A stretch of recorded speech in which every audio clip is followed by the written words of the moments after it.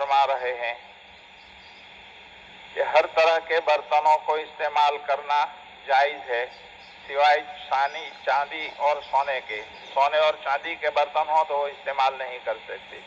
کوئی بھی برتن چاہے لکڑی، مٹی، چینی، تانبے، پیتل یا لوہے کا بنا ہوا ہے اس کا استعمال کرنا جائز ہے.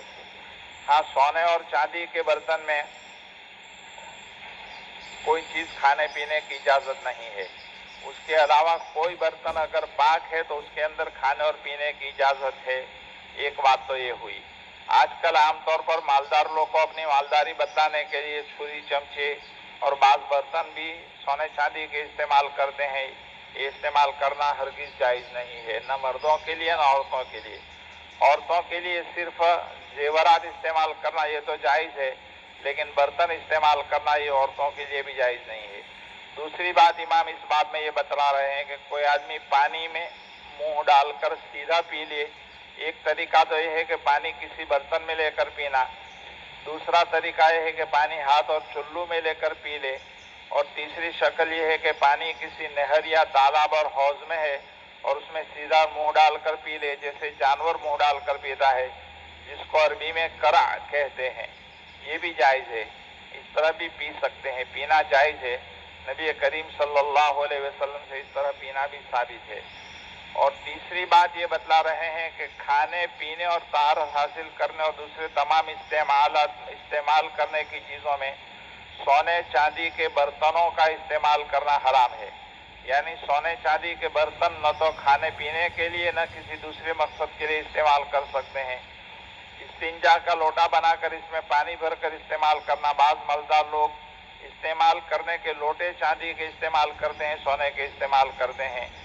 اور بیت الخلاء کے اندر ٹب وغیرہ بھی سونے چاندی کے بنا لیا کرتے ہیں. بعض بڑے پیسے والے ہوتے ہیں تو یہ کسی طرح بھی جائز نہیں ہے استعمال کرنا، یا کسی اور کام میں استعمال کرنا، جیسے سونا چاندی کی سرما دانی، قلم وغیرہ بنانا. تو یہ سب چیزیں جائز نہیں ہے. قلم سونا چاندی کی ہے، گھڑی اگر سونا چاندی کی ہے، سرما دانی سونا چاندی کی ہے، تو ان چیزوں کا استعمال کرنا جائز نہیں ہے.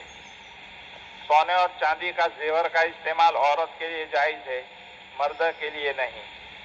چاندی کی انگوٹھی اگر 3.5 ماشا سے کم کی ہے، 3.5 ماشا وزن سے کم کی ہے تو مرد کے لیے اس کے پہننے کی اجازت ہے. لیکن سونے کی انگوٹھی بالکل جائز نہیں. سونے چاندی کے زیورات کے علاوہ اور کوئی بھی چیز جیسے برتن وغیرہ ہو تو اس کی نہ تو مردوں کے لیے استعمال کرنے کی اجازت ہے نہ عورتوں کے لیے. عورتوں کو بھی جو اجازت ملی ہے وہ فقط زیورات کی ملی ہے.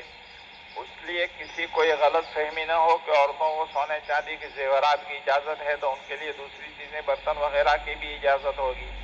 عورتیں بھی زیورات کے علاوہ کسی اور چیز میں اس کو استعمال نہیں لا سکتی. کھل کر امام نووی رحمۃ اللہ اس باب کے اندر ان چیزوں کو بیان کر رہے ہیں. اللہ تعالی ہمیں توفیق عطا فرمائے.